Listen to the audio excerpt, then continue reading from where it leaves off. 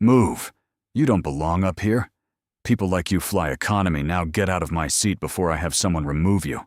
The words landed before the cabin door had even finished closing sharp, and unhurried the voice of a woman who had spent most of her life saying things that other people immediately obeyed.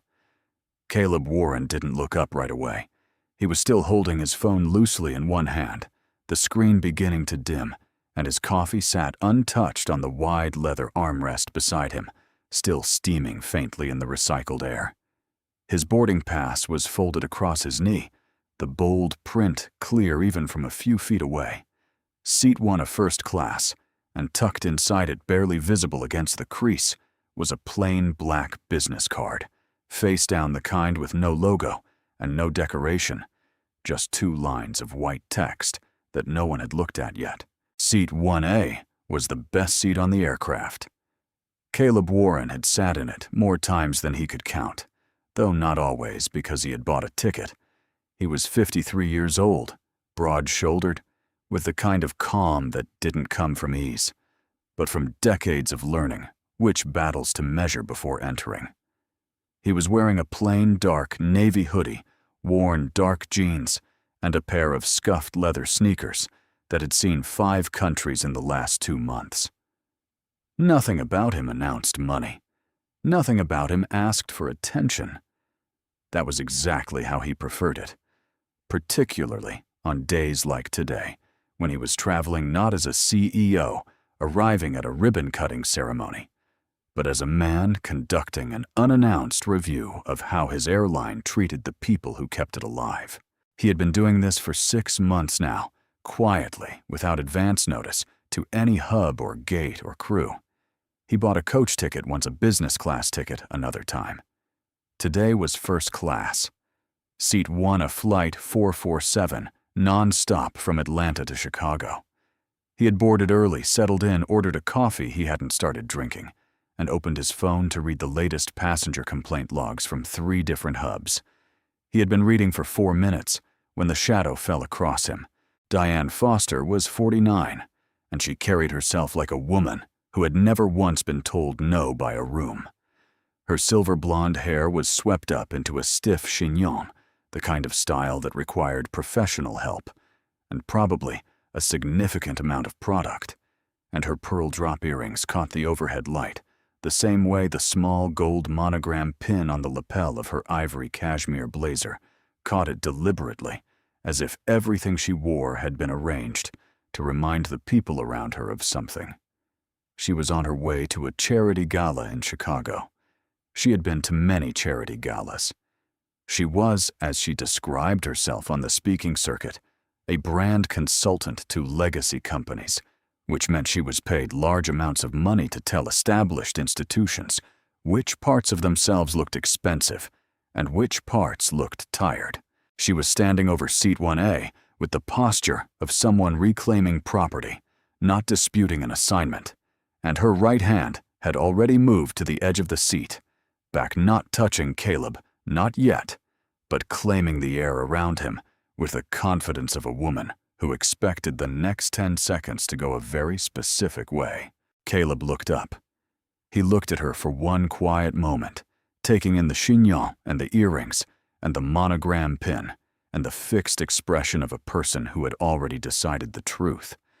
Then he said in a voice that was even and unhurried and contained no anger whatsoever, "Seat 1A. That's mine." 4 words. He didn't offer the boarding pass. He didn't shift in his seat. He simply stated the fact and waited the way you wait when you already know how something works and are giving the other person a moment to catch up. Diane's expression didn't change.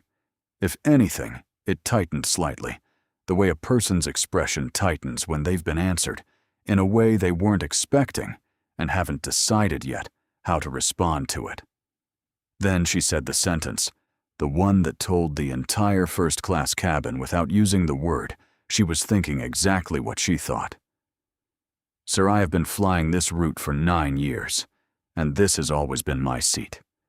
Now, I don't know how you got in here, but I suggest you gather your things and move along before this becomes something unpleasant for both of us." Down the aisle, a woman paused with her seatbelt halfway fastened and did not complete the motion. Across from Caleb, a man lowered his newspaper just far enough to look. Someone's phone stopped playing a video. The cabin didn't erupt. It didn't need to. It simply became very still, the way air becomes still in the seconds before weather arrives. In seat 4B, a woman named Nora Okafor set her crossword puzzle face down on her tray table and did not pick it up again. Nora was 61, a retired school teacher from Cleveland, who had spent 33 years in classrooms, where she was more often than not the only black teacher in the building.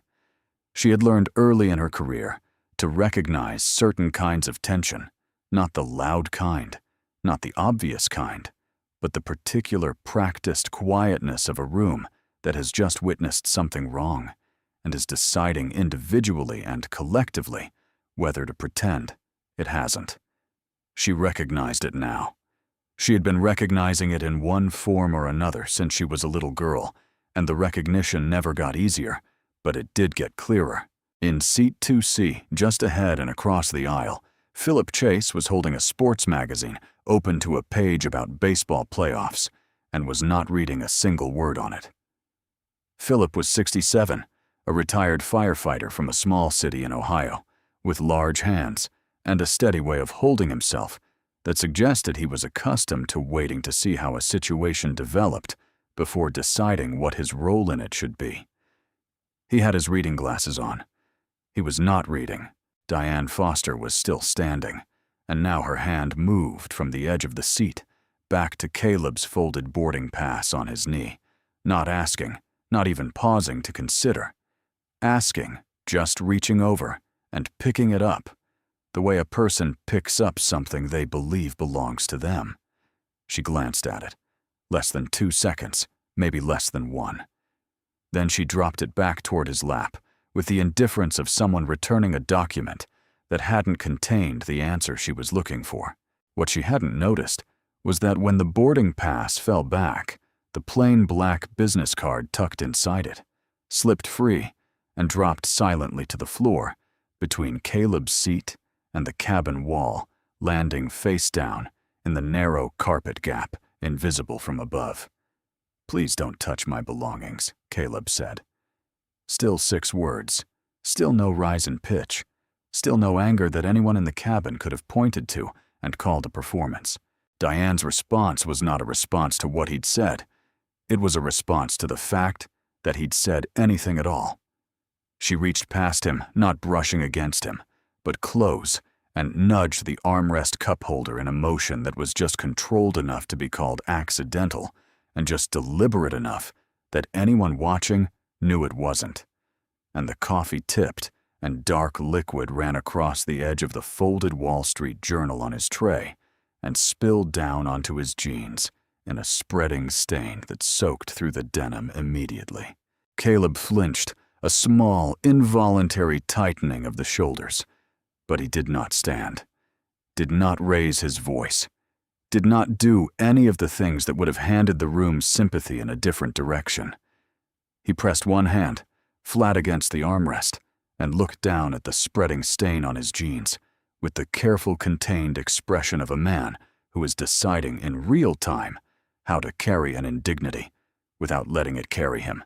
A soft sound rose from the woman across the aisle. Someone near the back whispered something to their travel companion. Diane took a small step back from the mess, as though the spill had originated from Caleb himself, adjusted the front of her cashmere blazer with one manicured hand, and said to the nearest visible passengers, in a voice loud enough to carry, "Well, now he's making a scene."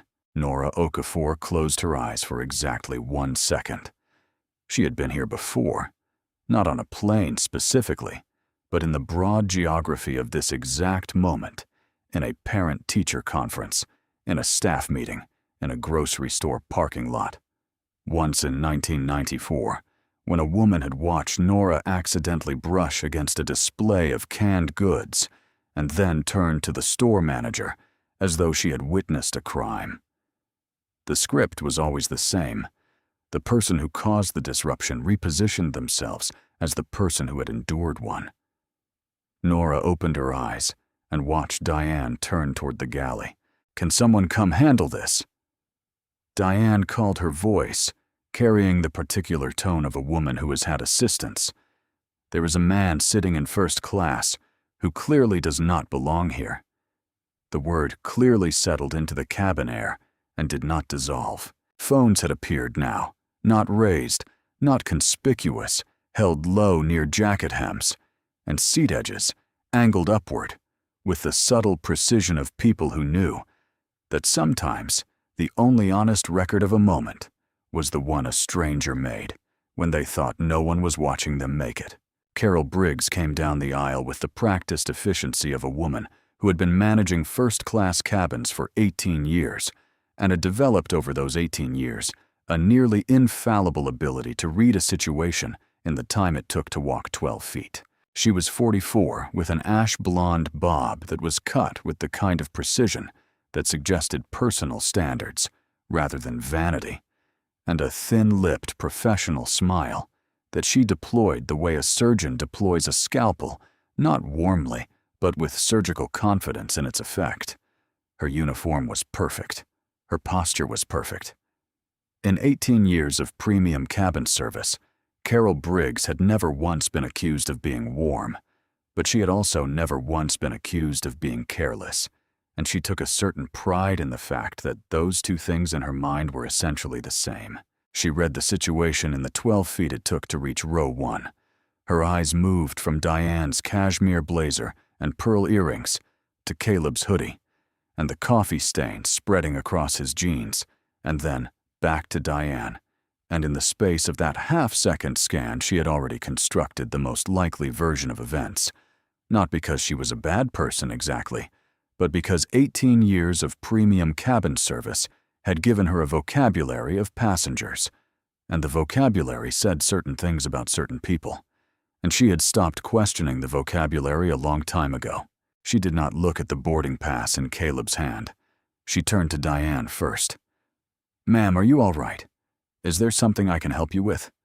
Diane's shoulders lowered with the visible relief of someone receiving assistance they had considered their due. She gestured toward Caleb with the small, controlled motion of a woman describing an inconvenience. "This man is in my seat. I've asked him twice to move, and he simply refuses." Caleb held his boarding pass up between two fingers. Not dramatically, not insistently, just visibly the way you hold up a document when the document is the entire point. "Seat 1A, he said. "That's what this says." Carol finally looked at the paper for less than 2 seconds.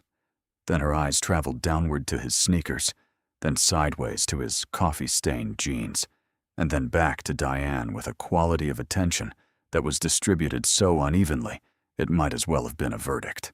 "Sir," she said, using the word as a door rather than a greeting, "I think there may have been some confusion with the seating assignment. If you'd like to wait just a moment, we can—" "I'm asking whether you're asking me to leave a seat you haven't verified," Caleb said. Still quiet, still measuring each word like a man who understood that precision was a form of protection.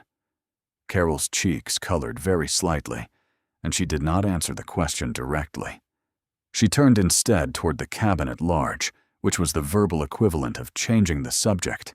From seat 2C, Philip Chase lowered his magazine and looked at Carol over the top of his reading glasses, the straightforward look of a man who has spent his career in burning buildings and developed a fairly low tolerance for people who rearrange language to avoid the shape of a problem. "Maybe just check the ticket," he said. Pleasantly, not as a suggestion. Carol gave him the professional smile with the warmth removed from it entirely. "Sir, we have this under control." Philip set the magazine flat on his knee and looked at her steadily. "I don't believe you do," he said. Not loudly, not aggressively, just the honest opinion of a man who had made a career of assessing situations quickly and accurately. And then he left it there, because sometimes the most powerful thing a person can say is a clean sentence with no additions. The cabin absorbed it. Not rescued, nothing was rescued yet, but witnessed, which was at least the beginning of something. Jason Ford appeared from the forward galley with the eager, slightly over-urgent energy of a 29-year-old who had been with the airline for 2 years and still on some level confused, moving quickly with being useful. He was lean and sharp-eyed and had the look of someone who had recently been promoted to something that hadn't quite settled into his body yet, and he read the situation in front of him the same way Carol had, not with his eyes, but with his existing assumptions, and arrived at the same conclusion in approximately the same amount of time. He looked at Carol. He looked at Diane's cashmere blazer. He looked at Caleb's hoodie. He did not look at the boarding pass that was still extended between Caleb's 2 fingers, like a piece of evidence waiting to be admitted. Sir Jason said, stepping into the aisle and adding his body to the architecture of the confrontation, "If you could just step aside, so we can get everyone settled and move toward an on-time departure, that would be really helpful for everybody." "I'm already standing in the aisle," Caleb said. One sentence, one observation delivered without heat. I stood up to give you space to handle this. The seat behind me is empty. I'm not blocking anything. Jason's jaw tightened. He was not good yet at recognizing the difference between resistance and clarity, and Caleb's calm was doing something to him that he didn't have a name for. Yet it was making him feel in a way he couldn't articulate, slightly smaller in proportion to the situation. "You're creating a delay," Jason said. "That affects all the passengers." Diane was seated. Now she had retaken seat 1A in the brief shuffle, her purse resting on the armrest console. Her legs crossed, performing the body language of someone who has been restored to their rightful position. And she received Jason's intervention with a small, satisfied tilt of her head that she probably didn't know she made. From seat 4B, Nora Okafor spoke. She didn't raise her voice. She didn't stand. She simply turned her face toward the aisle and said in the clear, unhurried tone of a woman who had spent 33 years cutting through classroom noise to deliver a sentence that mattered, "I've been sitting in this seat since we boarded. I want to say what I saw." Carol started to say something about crew matters. Nora waited for the sentence to finish, and then continued as though it hadn't interrupted her, because in her experience, interruptions were usually just delays and not stops. "The woman in 1A took his boarding pass off his knee without asking," Nora said. She knocked over his coffee. He asked her not to touch his things. His voice hasn't gone above this level once. Silence. The kind that lands differently than ordinary quiet, heavier with an edge to it. "This is a crew matter," Ma'am Carol said, but her voice had changed slightly. Something in it had become less certain, as though the sentence was carrying its own doubt. "I'm a passenger," Nora said, "and passengers have eyes." Jason had opened his mouth to redirect the conversation and found that the conversation had moved somewhere he couldn't redirect it from. He shifted his weight and looked at the floor for a moment, and in that moment, Caleb's phone buzzed in the front pocket of his hoodie. Caleb glanced at the screen, not at the room, just at the screen, and the name visible there was Patricia Cole, General Counsel. He pressed the side button once to silence the notification and turned the phone face down against his palm. He did not answer. He did not explain. He simply turned the phone over and waited. Ron Holt arrived from the front of the cabin with the particular walk of a man who believed that authority was a posture you inhabited rather than a quality you earned, and he was very good at the posture. He was 47, with a broad, clean-shaved face and a clipped way of moving that made every gesture look like it had been approved by a policy document somewhere, and he had the cabin manager's particular skill of entering a tense situation and making it by his mere arrival feel more official, which wasn't always the same thing as making it better. He looked at Diane first, then at Caleb. The order was less than a second apart, but it was noticed by Nora Okafor, by Philip Chase, and by a young man 2 rows back who had been filming with his phone angled just above his knee since before Jason arrived. Diane had settled into seat 1A the way someone settles into a chair in their own living room. Her purse was open on the console beside her. She had uncrossed and recrossed her legs. The monogram pin on her lapel caught the light again. The performance of belonging is often indistinguishable from belonging itself if you only glance. Caleb was standing in the aisle with the coffee stain drying on his jeans and his boarding pass still in his hand, and the expression of a man who has decided to let the record speak for itself and is simply waiting with considerable patience for the record to be examined. Sir Ron said to Caleb, lowering his voice to the register of professional command, "I need you to lower your voice and cooperate with the crew so we can resolve this." Caleb looked at him with something that was not quite surprise but was adjacent to it. "My voice hasn't been raised," he said. Ron blinked. He had expected pushback. He had not expected it to be delivered as a statement of simple fact rather than a complaint, and the precision of it did something to his posture that he worked to correct quickly. He extended his hand for the boarding pass. Caleb placed it there. Ron looked at the document more carefully than either Carol or Jason had, his eyes settling on the seat number, and then for a moment, that lasted slightly too long, on the name, Caleb Warren. Something moved through Ron Holt's face in that moment. Not recognition, not yet, but the distant cousin of it, a flicker of uncertainty that arrived and was immediately buried under the weight of everything he had already decided about the situation. He asked for identification. Caleb produced it without hesitation, license from his wallet handed over cleanly, and Ron compared the name on the license to the name on the boarding pass and the seat number to the flight record on his tablet. They matched. Everything matched. The truth was sitting there, documented and simple and requiring no interpretation. Ron looked at Diane. "Ma'am," he said, and his voice had shifted slightly, not into doubt exactly, but into the register of someone performing competence for multiple audiences simultaneously. "Could I see your boarding pass as well?" Diane pulled out her phone with a sharp motion, fingers moving quickly across the screen, and when she tilted it toward Ron, she angled it so that Caleb couldn't easily see, and Ron could see only what she was pointing at. But Ron looked at the whole screen, not just what she indicated and what the screen showed in clean digital text against the airline's familiar blue interface, was this: Seat 2B. Not 1A.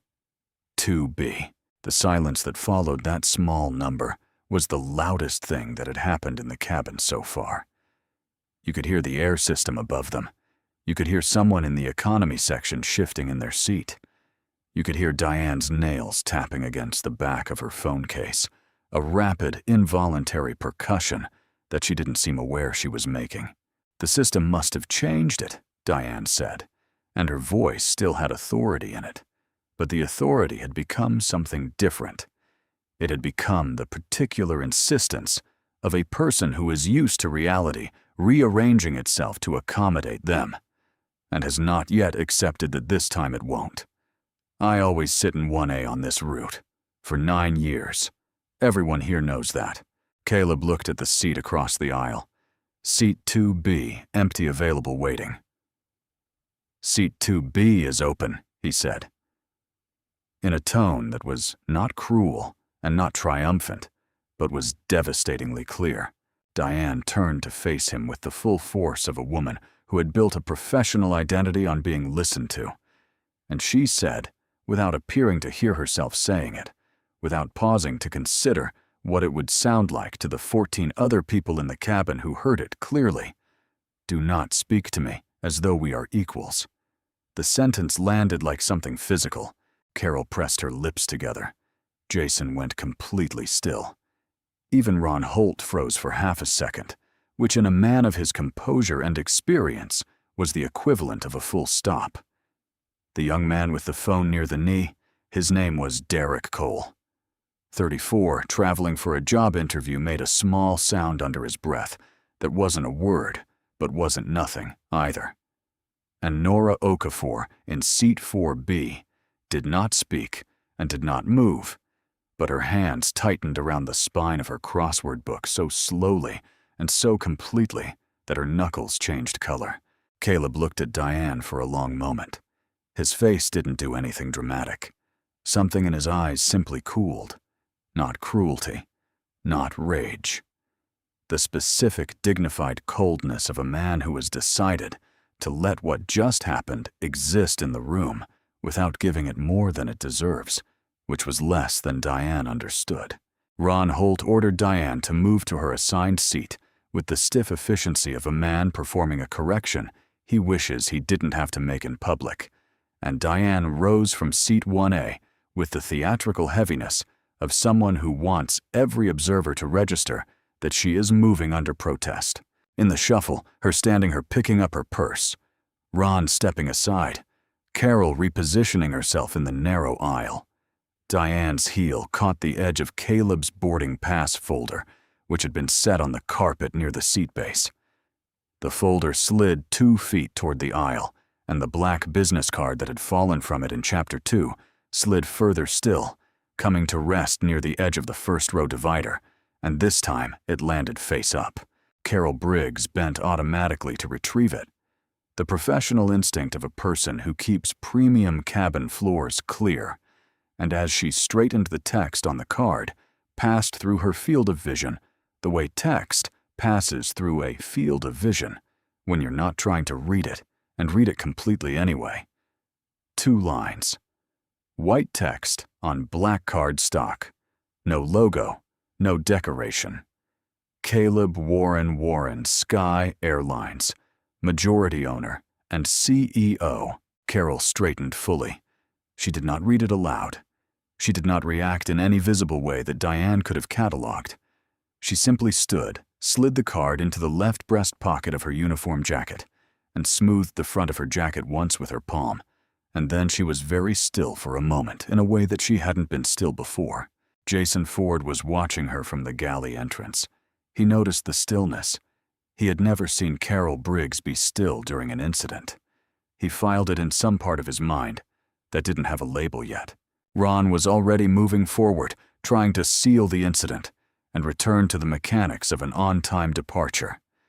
He used the phrase, "I think we can all move forward now," with the practiced relief of a man who believes that a surface resolution is the same as an actual one. And he gestured toward the cabin as though he were signaling the start of something, rather than the containment of something. Caleb did not sit down. "A woman put her hands on my belongings," he said, still in the aisle, still addressing Ron with the directness of someone who has no interest in accepting a shortcut to the wrong conclusion. "She caused a spill on my clothing. She occupied a confirmed seat that wasn't hers, and when I held up my boarding pass, the response from this crew was to ask whether I was sure I was in the right place. I would like that documented before this aircraft moves." Ron's voice dropped to the register of private conversation, which was a maneuver that usually worked because it made the other person feel they were being offered something. "Mr. Warren, I understand your frustration. I really do. Perhaps if we stepped off the aircraft briefly," No, Caleb said. Ron waited for a reason. None came. The word stood by itself, clean and sufficient. From seat 2, see Philip Chase, who had been watching all of this with the patient attention of a man who has spent 30 years walking into buildings that other people were running out of, nodded once slowly, without speaking. It was not agreement with any position. It was acknowledgement that someone was doing the right thing, which is a different gesture entirely, and Philip Chase understood the difference. Diane now in 2.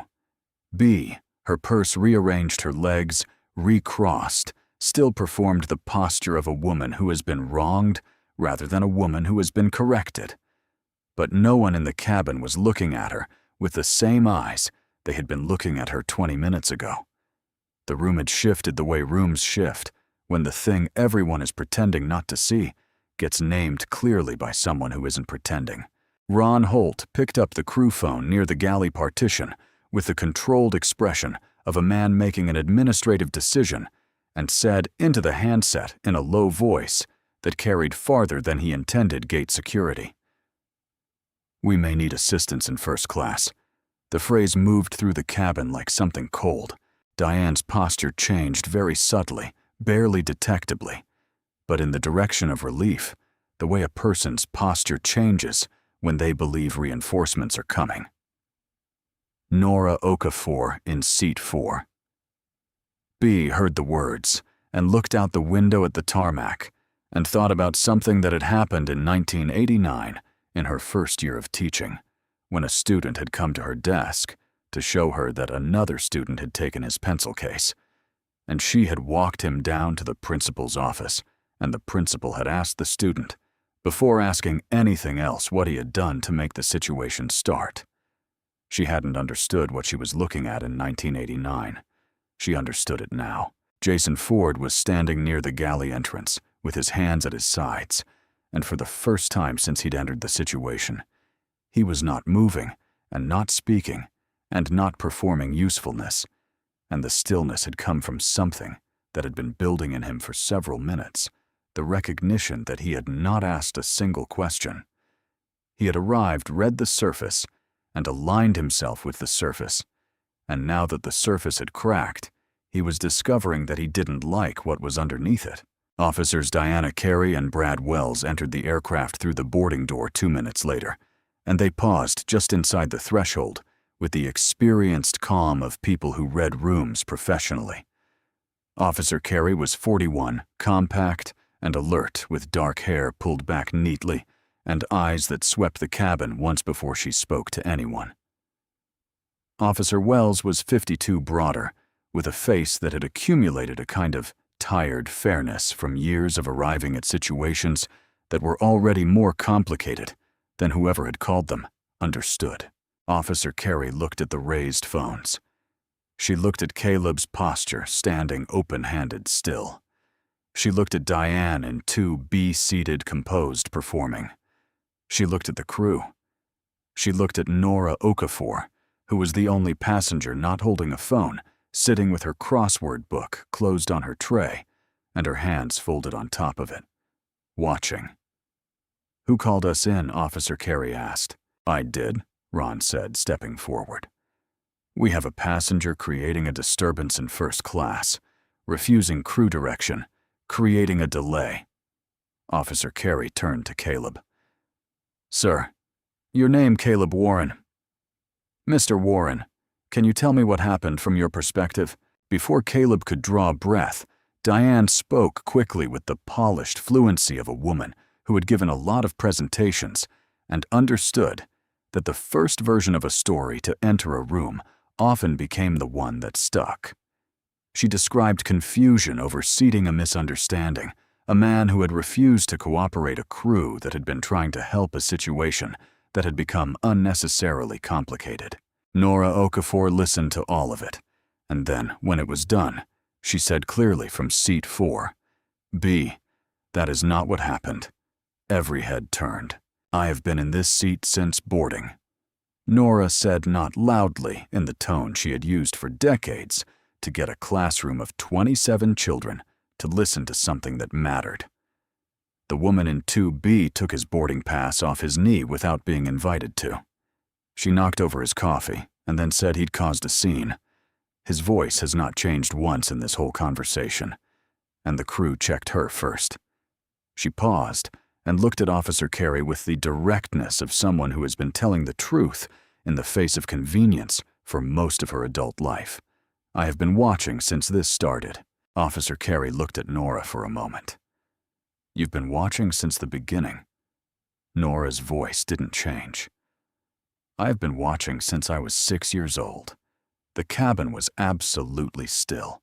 Officer Carey took the boarding passes from both Caleb and Diane and reviewed them the way the truth deserves to be reviewed, without hurrying, without forming the conclusion, before reading the evidence, giving each document the time and attention it was owed. She compared Caleb's boarding pass against the seat number displayed on the cabin panel above row 1. Then she opened Diane's Airline app and looked at the assigned seat without commentary, without expression, without anything except careful attention to what was actually there. Then she looked up at Ron Holt. "The passenger in the hoodie has a valid first-class ticket for seat 1A, she said. Not loudly, not dramatically, just as a statement of what the documents contained. The other passenger is assigned to seat 2B. She held both passes in her hand for a moment. Equal weight, equal attention. "Can someone help me understand why security was contacted about the passenger with the valid ticket?" Ron opened his mouth. The pause that came before the sentence was the kind of pause that answers questions more completely than words do. Officer Wells turned toward Diane with the unhurried attention of a man who had learned that the people who talk most in the first 2 minutes of a dispute are often the ones who need the closest listening after that. "Ma'am," he said, "did you make physical contact with this gentleman or his belongings at any point?" Diane's response was a minor work of reframing. She had been confused, she explained. She had been certain of her seat from years of flying this particular route.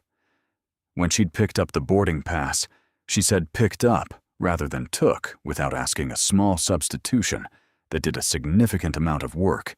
She had simply been trying to understand the seating arrangement. The coffee had been an accident, a result of a crowded and tense situation that anyone might have caused. She had been trying to resolve things, not complicate them. Officer Carey listened to all of this with her pen hovering above her notepad. Then she asked in the tone of someone who has chosen the simplest possible version of the question deliberately.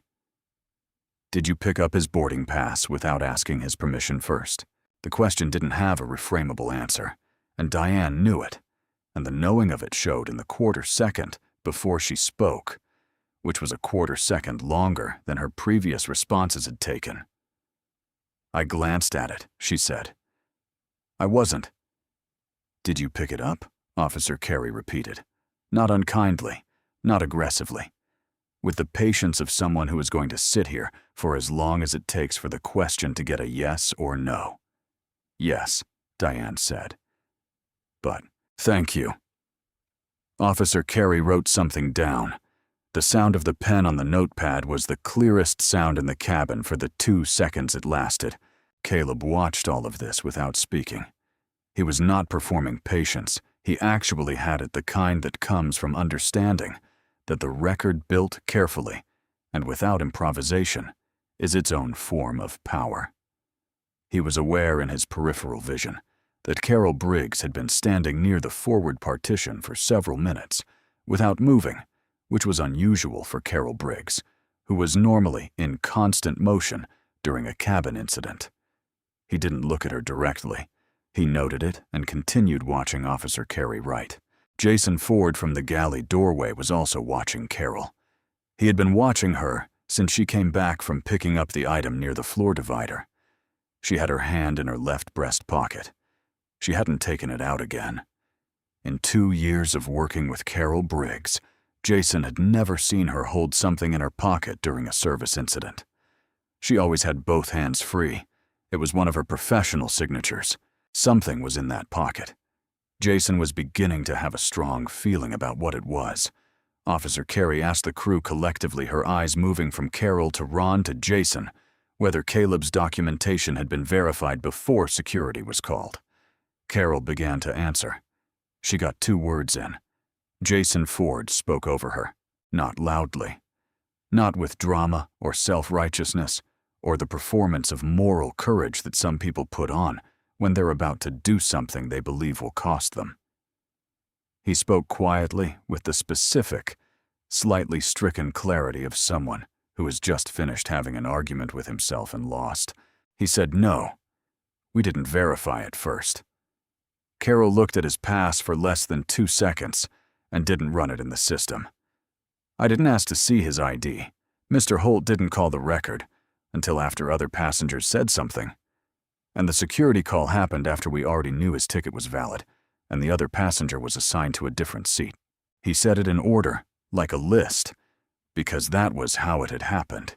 In order, one decision after another, each one following from the previous, without anyone in the crew stopping to ask whether they were following the right thing or just following the thing that was in front of them. Carol was completely still. Ron's face had gone through 3 expressions in 4 seconds and was now resting on a 4th one that didn't have a name but looked like a very senior official form of regret. Ron said, "We were following protocol." He said it with a conviction that was doing a lot of work to cover a decreasing amount of ground. Philip Chase set down his reading glasses on his knee, placed them there slowly, deliberately, with the careful motion of a man who is clearing his hands so that what he says next can carry its full weight. He looked at Ron Holt. "Protocol," he said. "What protocol required you to call security on a man after you'd already confirmed his ticket was valid?" Ron's mouth opened. The answer that came was partial and referential, and ultimately didn't answer the question, which was its own answer. Diane tried to step back into the center of the conversation. She said something about the crew having been trying to maintain comfort and safety for all passengers, about how difficult situations on aircrafts were for everyone, about how this had been blown. And then Nora Okafor, still in seat 4B, turned in her seat and looked at Diane directly for the first time. She said 2 words, comfort for whom, not loudly, barely above a speaking voice. But in the silence that filled the cabin from wall to wall, those 2 words expanded to fill all of it. And after they expanded, there was no room left for Diane's sentence to exist in. Caleb's phone buzzed again. He looked at the screen. Patricia Cole, General Counsel. The second time. He looked at it for a moment, then answered and said 3 words into it quietly, not quite too low for the nearest passengers to hear. "Not yet. Stand by." And then he ended the call and placed the phone face down against his palm again, and Officer Carey's pen paused above the notepad, and she did not react visibly to what she had seen on his screen, but she stopped writing for 2 seconds before she resumed. Officer Carey asked in the methodical way of someone conducting a documentation review, rather than a dramatic confrontation, whether there were any additional documents or materials relevant to the incident that hadn't yet been presented. There was a silence, not long, maybe 4 seconds, and then Carol Briggs reached into her left breast pocket. She took out the plain black business card and placed it on the wide armrest console of seat 1A, which Caleb had reclaimed and was now standing beside. She placed it face up without comment, without explanation, without looking at Caleb or at Diane or at anyone in particular. She simply set it there the way you set down something that has been making your pocket heavier than it should be, and then she took a step back and folded her hands in front of her. Philip Chase saw it first. He was close enough to read it from seat 2C without leaning forward, and what happened to his face was not the expression of a man who is surprised by information. It was the expression of a man who has been watching a situation build toward an outcome and has just seen the outcome arrive in clearer form than he expected. He didn't speak. He looked from the card to Caleb, and then he looked away out the window at the tarmac with the expression of someone who is quietly, privately thinking about what they almost didn't say 20 minutes ago. Derek Cole. The young man in the seat behind with the phone angled over his knee shifted his camera angle almost imperceptibly toward the armrest console and the card on it. His viewer count, which had been climbing steadily for the past 30 minutes, had just crossed 14,000. The card read, Caleb Warren, Sky Airline's majority owner, and CEO Diane saw it. The way she saw it was this. Her eyes traveled to the armrest console, following the direction of Philip's gaze. And then, the card was in her field of vision. And then the 2 lines of white text on black cardstock were in her field of vision. And then, in a moment, that lasted perhaps 1.5 seconds, and felt to the people watching like it lasted considerably longer. Something happened to Diane Foster's face that all her years of professional composure and practiced presentation and legacy brand consulting hadn't provided a strategy for. "That's not real," she said. The instinct spoke before the thought could. No one in the cabin responded to this. Not Carol, who had already read the card. Not Philip, who didn't need to. Not Nora, who simply looked at Diane with the quiet, durable patience of a woman who has watched many people arrive very slowly at a truth they should have seen from the beginning. Not Officer Carey, who was writing again. Ron Holt looked at the card. Then he opened the crew manifest on his tablet and navigated to the passenger list for flight 447 and typed in the name, and the screen changed, and the information that appeared on the screen was not ambiguous, was not a system error, was not a coincidence. It was a cross-reference name, credentials company, ownership, records, executive verification status, the kind of complete institutional portrait that appears when a name carries institutional weight. Ron Holt's face did the thing that faces do when the floor of an assumption gives way beneath them. It didn't collapse all at once. It emptied gradually and completely of everything it had been using to hold itself together. Diane stood from seat 2B, slowly, with the stiffness of someone whose body is doing something her mind hasn't fully approved yet. And she looked at Caleb with the expression of a person looking for a door in an argument that has no doors. The particular searching quality of someone who has always found the reframe, always located the exit, and is discovering for the first time in a very long while that this room doesn't have one. She said, "I didn't know who you were." She said it to Caleb, but it was meant for the room, a sentence shaped like an apology that was actually a renegotiation, an attempt to establish that the information about his identity, now that it had arrived, changed what her behavior had meant, or at least what it meant that she'd done it. Caleb held her gaze. His response came after a pause that was not theatrical. It was simply the pause of a man deciding which of several true things to say.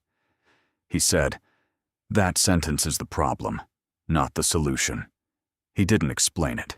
He left it there, standing in the air between them, and it was Philip Chase who, from seat 2C, murmured more to himself than to anyone else, barely audible. "She means she'd have treated him differently if she'd known." The murmur landed in the silence, like a stone into still water, and the rings of it spread outward through the cabin. Nora Okafor looked straight ahead at nothing in particular, not at Diane, not at Caleb, not at the card still sitting on the armrest console.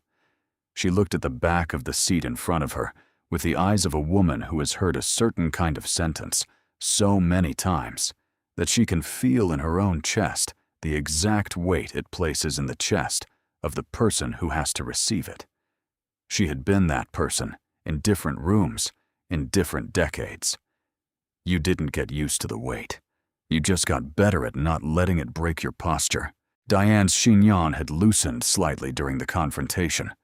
One strand of silver blonde hair had come down across her cheek, and she didn't reach up to fix it, which was the most honest thing about her in this moment, because the Diane Foster, who had boarded this aircraft, would have fixed it immediately, automatically, without thought, because the Diane Foster, who had boarded this aircraft, would never have let anything about her appearance go unmanaged. The woman standing in 2B with a loosened chignon and both hands empty was someone in the process of discovering what she looked like when the performance ran out of material. The monogram pin on her lapel caught the overhead light one more time. It looked smaller than it had looked at the beginning of this story. Carol Briggs had her hand in her pocket again. The pocket was empty now, but her hand went there anyway. The gesture of someone reaching for something that isn't there anymore. She was staring at the carpet with the expression of a woman who is not seeing the carpet.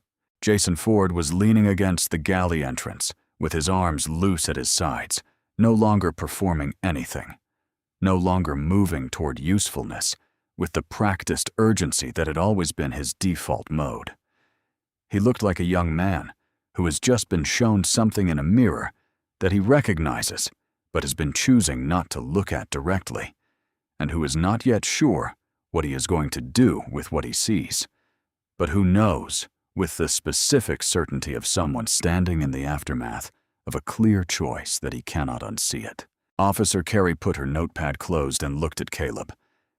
"Mr. Warren," she said, "what would you like to do?" Caleb looked at the officers first, not at the room, not at Diane, not at the crew, at the two people whose job it was to ensure that the record was accurate and the process was clean, because those were the two things that mattered right now more than any other. "I'd like this incident documented as a formal executive-level dignity failure," he said. His voice was the same voice he had been using since the moment Diane first spoke. Level, unhurried, a voice that didn't need volume to carry. What happened here involved a passenger making physical contact with my property without permission, causing damage to my clothing, and misrepresenting the facts to crew members who accepted that representation without verifying the documents I had available from the beginning. It also involved crew members escalating to security after confirming that my documentation was valid and that the other passenger was in the wrong seat. "I want that on record clearly, in order, with no softening." Officer Carey nodded. "It will be." Caleb reached into his pocket and brought out his phone. He called Patricia Cole, and this time he put it on speaker. Not for drama, but because clarity in a room of witnesses is its own form of accountability, and because what needed to happen next needed to happen in front of people rather than around them. Patricia Cole answered on the second ring. Her voice was exactly what it always was. Crisp, precise. The voice of a woman who had spent 20 years ensuring that the legal infrastructure of a major airline never became a convenient place for the wrong kind of surprise. "Mr. Warren, I've been tracking the delay on Flight 447. What do you need?" "Preserve all crew logs, gate communications, and boarding records for this flight from the last 2 hours," Caleb said. "I want crew assignments, manifest timestamps, and the security call log for this cabin. Nothing deleted, nothing amended." "Already being secured," Patricia said. "What else?" "I want every passenger on this aircraft to receive written notification of the incident, along with a formal statement from Warren Sky and access to a direct complaint portal if they want to add their account to the record." He paused. "Not because the law requires it, because they were here, and they deserve to know that being here mattered." A small sound moved through the cabin. Not words, not exactly, but the particular collective exhale of people who have been treated as scenery and have just been recognized as something else. "Passenger notification is going out now," Patricia said. "What about crew?" "Ron Holt and Carol Briggs are placed on paid administrative leave, pending independent review, effective immediately. No public statements from either of them. No deletion of any personal device records relating to this incident."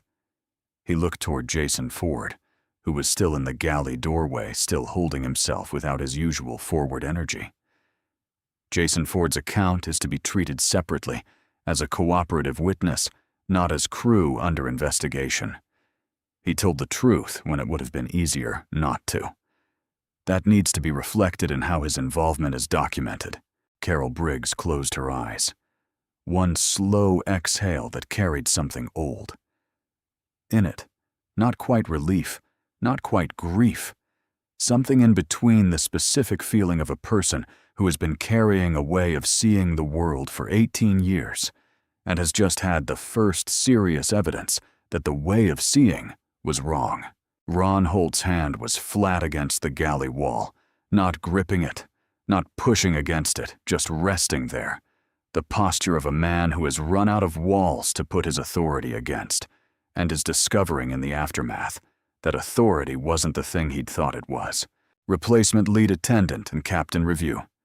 "Please," Caleb said. "I want the flight to depart, but I want it to depart with a crew that hasn't spent the last 40 minutes making choices. They're going to spend a long time explaining." "Captain Eleanor Garrison is cleared and available," Patricia said. "She's already been briefed. Lead attendant Denise Walker is on her way to the gate now." "Good." He ended the call. Caleb turned to Diane last. He didn't approach her. He kept enough space between them that no one in the cabin could read his presence as intimidation, because he understood, had always understood in a way that cost him something, to understand that a black man taking up space in a room where he has just been wronged will always be interpreted by some portion of the room as aggression, unless he is unusually careful about how he inhabits that space. And he was not interested today in giving Diane Foster or anyone else a reason to make this story about something other than what it was. "You put your hands on my property," he said. "You caused a spill on my clothing, and then told the people around you that I had caused it. You occupied a seat that your own boarding document didn't assign you. And when the crew finally checked, you said it was a system error rather than a mistake on your part. And when I held up my boarding pass from the beginning of this conversation, you told me not to speak to you as though we were equals." He said all of this without pausing, without emphasis, without anger, as though he were reading a list of coordinates into a navigation system. "I want to be sure you understand that I'm not telling you what I'm going to do next. I'm telling you what happened." Diane's eyes were bright, not with anger anymore, but with the particular brightness that comes when the thing you've been protecting yourself from is already inside the room. "I made a mistake," she said. "You made a sequence of choices," Caleb said. "A mistake happens once. You made the same choice 6 times in the span of 40 minutes. Diane's mouth opened and then closed. For the first time since this began, she didn't fill the silence. "There are 3 things I'm asking you to do," Caleb said. "The first is a written statement before you leave this airport in your own words, not reviewed by a lawyer, not shaped for a better outcome. Specific about what you did and why it was wrong." You hand it to Officer Carey. He waited until she nodded. "The second is an apology to this cabin, spoken, not typed, before this aircraft moves. Not a statement. Your own voice, what you did in front of the people who watched it happen." Diane's nod was slower, this time weighted. "The third is enrollment in a restorative education program, your choice of organization, your expense within 30 days. Proof of completion comes to Warren Sky's passenger equity office." He paused. When he continued, his voice was slightly quieter. "I'm not calling your employer today. I'm not filing a civil action today. I'm not releasing the documentation to media today. I'm telling you what I could do so that you understand what I'm choosing not to do and why the choice is mine to make." He held her gaze. "I am more interested in what you do with this than in what it costs you." Diane opened her phone. She began to write. The first sentence took 3 attempts. The 4th one she didn't delete. Philip Chase watched her write. He was not watching with satisfaction. He was watching with the expression of a man who had wanted the world to be further along than this, and who was doing the specific kind of arithmetic that tired, honest people do the math of how long things take versus how long they should take, measured against how many more times good people will have to sit in cabins and hold their crossword books and watch the same thing happen before something actually, structurally, lastingly changes. He didn't share this arithmetic. He folded his reading glasses and held them in his hand, and was quiet. Captain Eleanor Garrison came aboard with the unhurried authority of someone who has spent 30 years being responsible for the lives of people she would never know personally, and who has made peace with the fact that the best version of that responsibility is invisible, that when she does her job perfectly, the passengers never know what she prevented.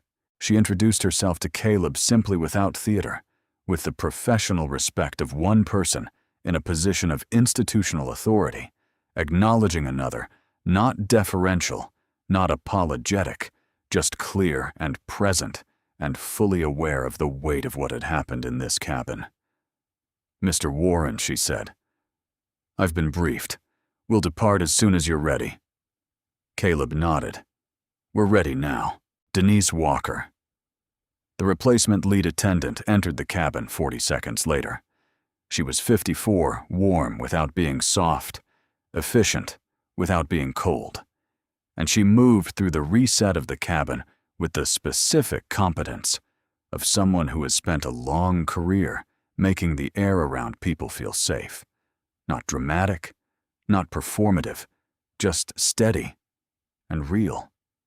She caught Nora Okafor's eye as she passed Seat 4B and gave her a small, quiet nod. The particular nod exchanged between two women who understand something about what the last hour has required of a person. Caleb returned to seat 1A. He sat down slowly, not triumphantly, not with the deliberate gravity of a man reclaiming territory, but the way a person sits down after a long time, standing when they are tired, in a way that has nothing to do with the hour or the flight. The leather was still warm. The armrest still carried the faint ghost of coffee. His boarding pass, still slightly damp, lay on the tray. The black business card was in Officer Carey's file. These things were simply true, and he sat with them, the way you sit with things that are simply true. He opened his phone. Patricia Cole's draft message was there, waiting the customer dignity framework he had been developing for 6 months, the one that had started as a response to a complaint from a passenger in Denver and had grown into something he believed was overdue, not just for Warren Sky, but for the industry it was part of. He read through it once. He made 2 small edits, a phrase tightened here, a word replaced there, and then he added a single line at the end, typed it. Slowly, read it twice. Respect is not a premium service. It is the baseline. And he sent it. The message reached 4,200 Warren Sky employees across 11 hubs in the time it took the aircraft to push back from the gate. In seat 4B, Nora Okafor picked up her crossword puzzle and looked at it for a moment. Then she put it down again. She looked out the window at the runway, at the flat gray winter sky above it, and she breathed in and breathed out the way you breathe when something heavy has been set down in the right place after a long time being carried in the wrong one. Not fully lighter, but differently weighted. In the jet bridge, Jason Ford sat on a maintenance step with his incident statement form on his knee. He had written 2 sentences and stopped. He wasn't stuck on what to write next. He was stopped because he was understanding for the first time with full clarity the difference between knowing better and doing better, understanding that they were not the same skill that he had, the first one, and had demonstrated today, that he was still learning the second, and that the second one was going to take more than a form to develop. Diane Foster delivered her spoken apology to the cabin before the aircraft door closed. It was not elegant. It did not sound like her speaking circuit voice, or her brand consultant voice, or the voice she used at charity galas. It was specific and halting, and it named what she had done without renaming it. And when she said it, she was looking at the floor, and then, with visible effort, she looked up. It took 38 seconds. When it was done, the cabin was quiet, not the silence of approval, not applause, just the honest silence of people receiving something real and deciding individually what to do with it. The aircraft lifted off the ground 18 minutes behind schedule, and by the time it broke through the low winter cloud cover and leveled into clear sky, Caleb Warren's company-wide message had already been read by shift supervisors. In Atlanta, Chicago, Dallas, and Phoenix, and was being forwarded internally by employees who couldn't quite say why it felt different from other messages they'd received from leadership, but could feel reading it that something in the language had changed, that the person writing it was not writing from the boardroom, but from somewhere more specific and harder, and that the line at the end, respect, is not a premium service. It is the baseline had been earned rather than crafted. By morning, Warren Sky's passenger equity portal had received 63 written accounts from Flight 447, including Derek Cole's livestream link, which by then had crossed 200,000 views. 3 separate news organizations contacted Patricia Cole for comment. She provided the company's formal statement, 7 sentences, no hedging, no spin, and then added off the record and in her own voice that her client had been in the airline business for 22 years and had spent the last 6 months trying to make it better, before a moment like this made the news, and that the moment had arrived anyway, and that what her client had done with it was the only thing she would have expected from him. She did not elaborate. She didn't need to. Seat 1A smelled like coffee and something older, the particular familiar exhaustion of a man who has been asked to prove himself in rooms he has already built. Caleb Warren did not sleep on this flight. He rarely did. In Seat 4, B. Nora Okafor opened her crossword puzzle for the last time on the approach to Chicago. The final clue, 7 letters read, "What remains after a fire?" She filled in the letters without looking it up. RESIDUE. Then she looked at the word for a long moment, crossed it out, and wrote above it in her own handwriting. Small and clear witness. She didn't explain it to anyone. It was for her. Diane Foster's written statement was 3 paragraphs. The 3rd paragraph was the only one she wrote without stopping. If this story stayed with you, if you've ever been in that cabin on either side of it, subscribe to our channel. More stories like this one are waiting.